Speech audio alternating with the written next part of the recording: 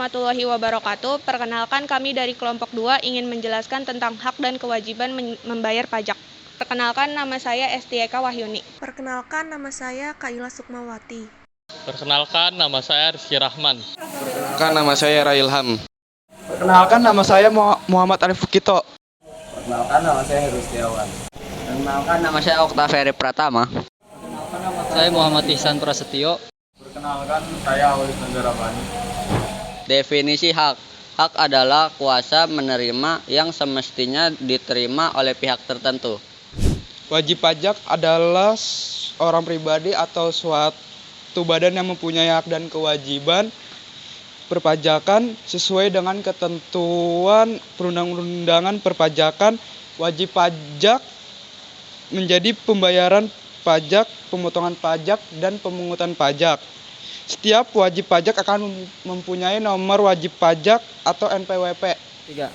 Mengacu pada pasal ayat 1 ayat 2 Undang-Undang Nomor 16 Tahun 2009, wajib pajak adalah orang pribadi atau badan yang meliputi pembayaran pajak, pemotongan pajak, dan pemungut pajak, serta mempunyai hak dan kewajiban perpajakan sesuai dengan ketentuan peraturan perundang-undangan perpajakan. Hak yang didapat para wajib pajak berupa 1. Hak untuk dilakukan pemeriksaan. 2. Hak mengajukan keberatan. 3. Hak atas kelebihan pembayaran pajak. 4. Hak untuk pengangsuran. 5. Hak kerahasiaan. 6. Hak pengurangan PBB. 7. Hak pembebasan pajak. Halo Kak, perkenalkan Kak, saya dari mahasiswa Unindra. Saya mau menanyakan tentang, menurut Kakak apa sih itu pajak? Pajak itu kayak kontribusi wajib dari orang atau badan terhadap negara yang sifatnya memaksa sesuai dengan undang-undang tanpa adanya imbalan secara langsung. Om, kenalin, nama saya Ilham dari mahasiswa Unindra. Saya mau bertanya nih sama, nama Om siapa ya? Leo. Om Leo, saya mau nanya nih, siapa aja sih yang harus wajib bayar pajak? Pajak ya. Kalau pajak menurut saya semua masyarakat pasti harus diwajibkan bayar pajak. Oh, harus wajib Ya kan? bayar pajak. Tetapi ada batasan, yang saya tahu ada batasan minimalnya. Pendapatan minimal. Contohnya tuh kayak gimana? Kalau contoh saya lupa ya. Pendapatan minimal per tahunnya itu ada berapa. Nah, itu tidak dikenai pajak. Tapi yang pasti pajak kendaraan, Iya. ya kan? Itu udah pasti ya. Rumah yang pasti lah. Itu. Jadi siapapun yang pemilik kendaraan, mau dia siapapun itu ya pasti diwajibkan untuk bayar pajak. Oh, wajib bayar pajak. Wajib ya. bayar pajak. Mau motor, mobil, apalagi Iya. pejabat-pejabat yang punya nilai pendapatnya tinggi-tinggi kan. Iya. Itu. Yang penting jangan digelapkan aja. Jangan digelapkan, siap. Iya kan? Ya udah, mau nanya Gitu. itu aja sih. Oke. Ya udah, makasih. Yo, terima kasih. Mas, kenalin, saya dari mahasiswa Unindra, nama saya Railham. Mas, namanya siapa ya? Nur Abadi, Pak. Saya mau nanya nih Mas, kapan sih harus wajib bayar pajak itu? Pajak pribadi atau pajak motor ya? Pajak apa aja sih? Kalau pribadi sih bulan April. April ini terus kalau untuk pajak motor sih kita di bulan Agustus. Di bulan Agustus ya. Cuman kalau masyarakat tuh harus wajib bayar pajak sih Mas ya? Ya harus, soalnya emang harus untuk pertumbuhan dan perkembangan negara ini, pembangunan ya, ternyata pembangunan sih. Pembangunan negara. Oh ya udah Mas, saya mau nanya itu aja. Kasih ya Mas ya. Ya, mari. Kenalin nih, gue kan Railham dari kampus Unindra. Gue mau nanya nih, setelah beredar kasus korupsi oknum, itu kan menjadi kayak turunnya kepercayaan masyarakat dalam bayar pajak. Terus kayak tentang pendapat Mas gimana sih? Kalau menurut gue pribadi sih gini, kita kan ngomongin masalah perpajakan ya. Iya. Kalau misalkan perpajakan itu buat memajukan negara, seharusnya nggak ada pemangkasan. Dalam artian ya dikorupsi dari oknum-oknum yang tertentu ya kan. Iya.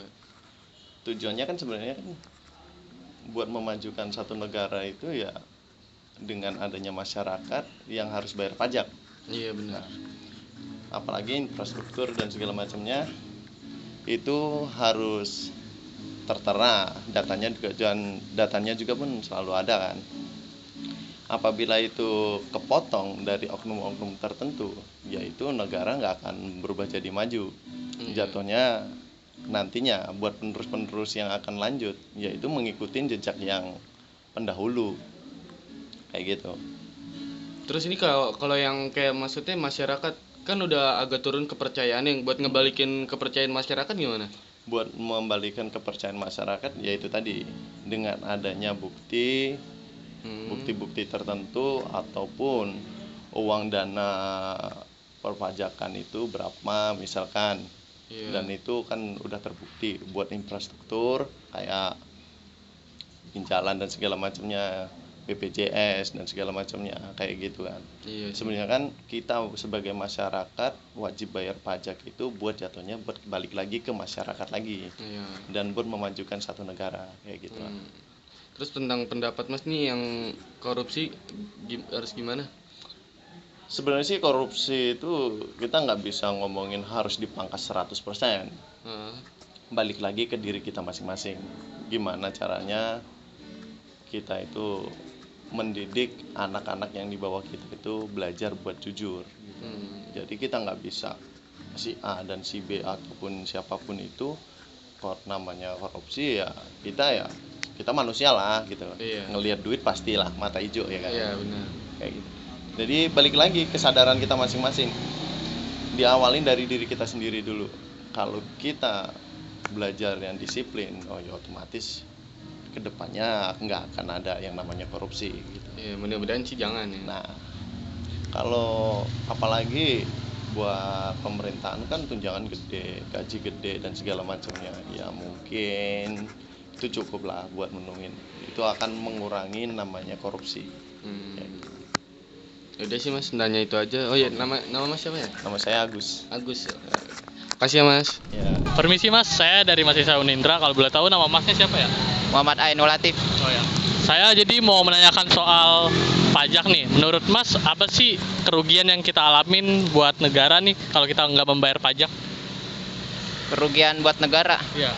Dan kalau kita tidak membayar pajak. Pembangunannya jadi terhambat gitu karena duit yang harus ada buat negara jadi lama nggak bisa dipakein gitu. Oh iya. Jadi pembangunannya nggak lama jadinya gitu pokoknya. Oh, udah itu aja Mas. Iya. Ya, udah ya. Makasih Mas. Iya. Perkenalkan, nama saya Yudi Arya Prasetyo. Saya mahasiswa dari Unindra. Saya ingin mengajukan beberapa pertanyaan mengenai hal pajak. Apakah Ibu bersedia? Bersedia. Bagaimana tata cara Ibu membayar pajak? Pajak ya? Ya. Khususnya kalau di sini saya bahasnya pajak bumi dan bangunan atau PBB di PBB. Kalau untuk membayar pajak, saya biasanya lewat Play Store. Di Play Store itu ada aplikasi PBB. Kalau untuk beberapa daerah itu beda-beda untuk nama aplikasinya apa. Tapi untuk Kota Depok namanya PBB Kota Depok. Nanti di sana kita bisa login. Terus kalau mau bayar, kita bisa lihat masukkan objek pajak kita. Nanti di situ kelihatan tagihan-tagihannya.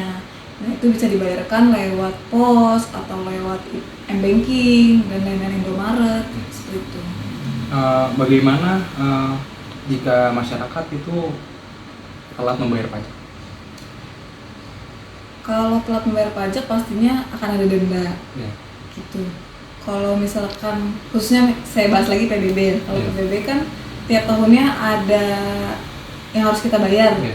Kalau misalkan kita nggak bayar tiap tahunnya, itu akan ada tunggakan, gitu, dan itu harus dibayarkan. Jadi sebisa mungkin kita bayar tepat waktu.